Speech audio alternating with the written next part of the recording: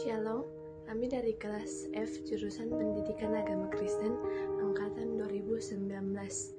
Video ini kami buat untuk menyelesaikan tugas kami di mata kuliah Sejarah Gereja 1 tentang latar belakang dan hasil keputusan Konsili Nicea 325 dan Konsili Konstantinopel 381 dengan dosen pengampu Bapak Christian Randalile. Sebelum saya melanjutkan ke materi terlebih dahulu, saya memperkenalkan nama saya Indriani Riman Malino dan anggota saya Alda Krisma. Latar belakang dan hasil keputusan Konsili Nicea pada tahun 325 dan Konsili Konstantinopel 381. Konsili Nicea pada tahun 325.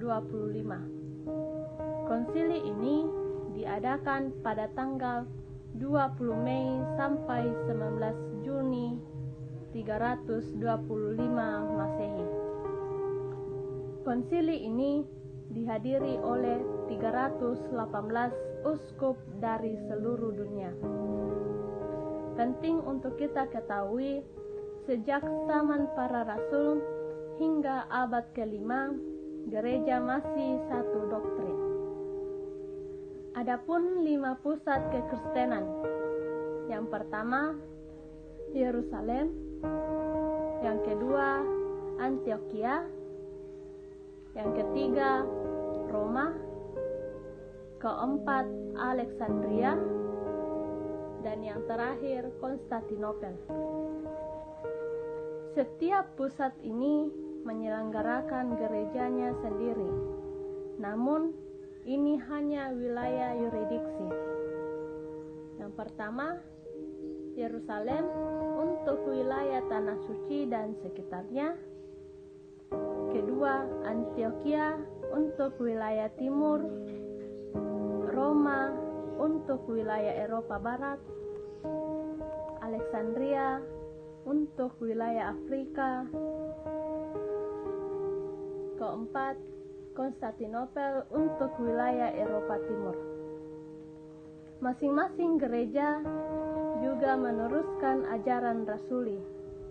Yang pertama, Yerusalem meneruskan ajaran Rasul Yakobus.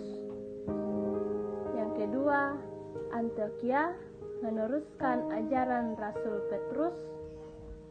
Yang ketiga, Roma meneruskan ajaran Rasul Petrus.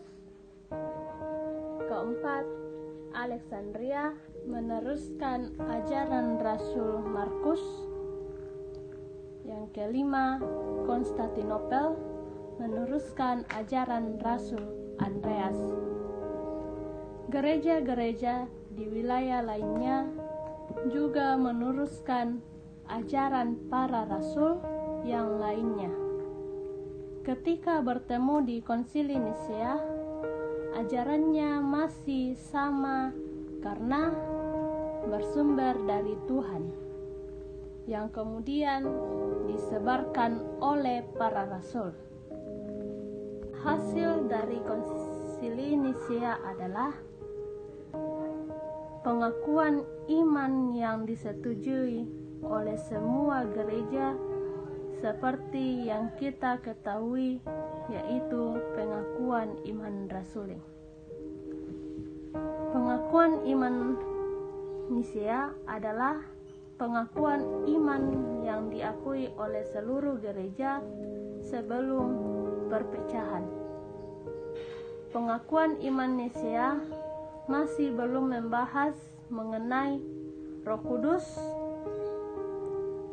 Pembahasan mengenai Roh Kudus baru dilakukan pada tahun 381 Masehi di Konsili Konstantinopel. Dalam konsili ini juga dilakukan penyempurnaan pengakuan iman Nicea sehingga dikenal dengan nama pengakuan iman Nicea Konstantinopel. Gereja perlu memiliki pengakuan iman. bertujuan untuk menegaskan iman yang dipercayai oleh gereja.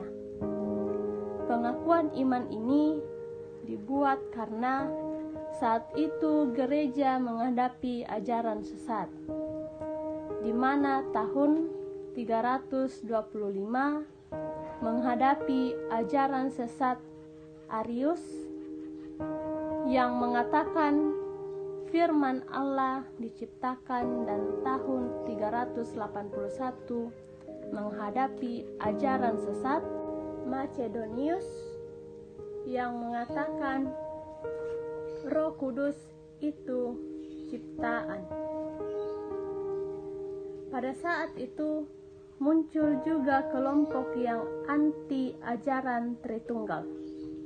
Bahkan kelompok ini muncul dari kalangan Kristen sendiri. Mereka mengatakan bahwa Tritunggal itu bukan ajaran Alkitab, karena di dalam Alkitab tidak ada kata Tritunggal. Mereka baru ada ketika Konsili Nisia. Memang benar, kata Tritunggal tidak ada dalam Alkitab, tetapi substansinya kan ada.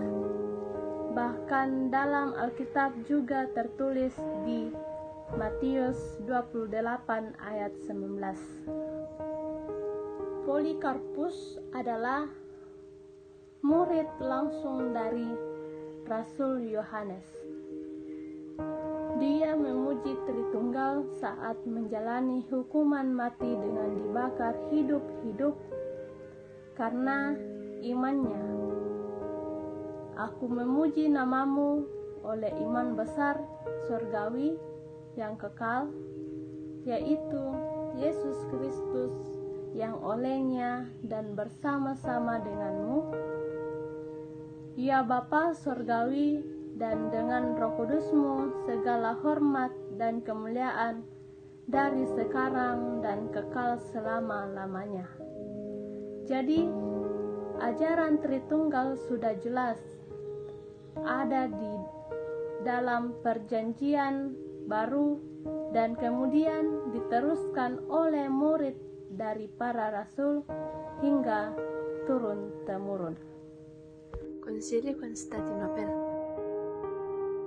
Konsili Konstantinopel pada tahun 381 disebut juga Konsili Sinode Ekumenis II setelah Konsili Nicea 325. Konsili Konstantinopel 381 berlangsung pada tahun 381 disebut juga sebagai Konsili Sinode Ekumenis II setelah Konsili Nicea 325. Konsili ini diadakan atas undangan Kaisar Flavius Gratianus pada tahun 359 sampai 383 dan Theodosius untuk meredam sekte Arianisme yang sedang marak saat itu, khususnya dalam merumuskan ajaran Kristologi mengenai Allah Tritunggal, yakni yang berkenan dengan hubungan antara Bapa dengan Putra dan Roh Kudus dengan Bapa dan Putra. Konsili ini dihadiri 50 uskup yang berasal dari Gereja Timur atau Ortodoks. Konsili Konstantinopel I bukanlah seperti konsili ekumenis pada umumnya, yang dihadiri baik perwakilan dari Gereja Timur maupun Barat. Konsili ini hanyalah perkumpulan dari 150 uskup lokal Gereja Katolik Timur. Konsili ini tidak diadakan atas undangan Paus. Tidak ada satu perwakilan dari Gereja Barat yang hadir dalam konsili ini, baik uskup maupun imam. Konsili ini pertama kali dipimpin oleh Uskup Meletius yang pada waktu itu menjabat sebagai Uskup Antioquia. Setelah ia meninggal, konsili dipimpin atau diambil alih oleh Gregonus dari Nazianze menjabat sebagai Uskup Konstantinopel. Konsili Konstantinopel I ini disebut juga para kudus. Para sejarawan Roma mengatakan bahwa dalam Konstantinopel berkumpul orang-orang kudus yang kesuciannya sungguh luar biasa. Konsili Konstantinopel I berakhir pada tanggal 9 Juli 381. Konsili Konstantinopel I menghasilkan 4 kanon utama, yaitu kanon 1-4 yang dianggap sebagai kanon asli dari konsili ini. Kanon 5 dan 6 disusun dan dirumuskan dalam Konsili Konstantinopel II yang diadakan pada tahun 382. Kanon 7 dikutip dari surat yang ditulis oleh Gereja Konstantinopel kepada Martirius dari Antioquia.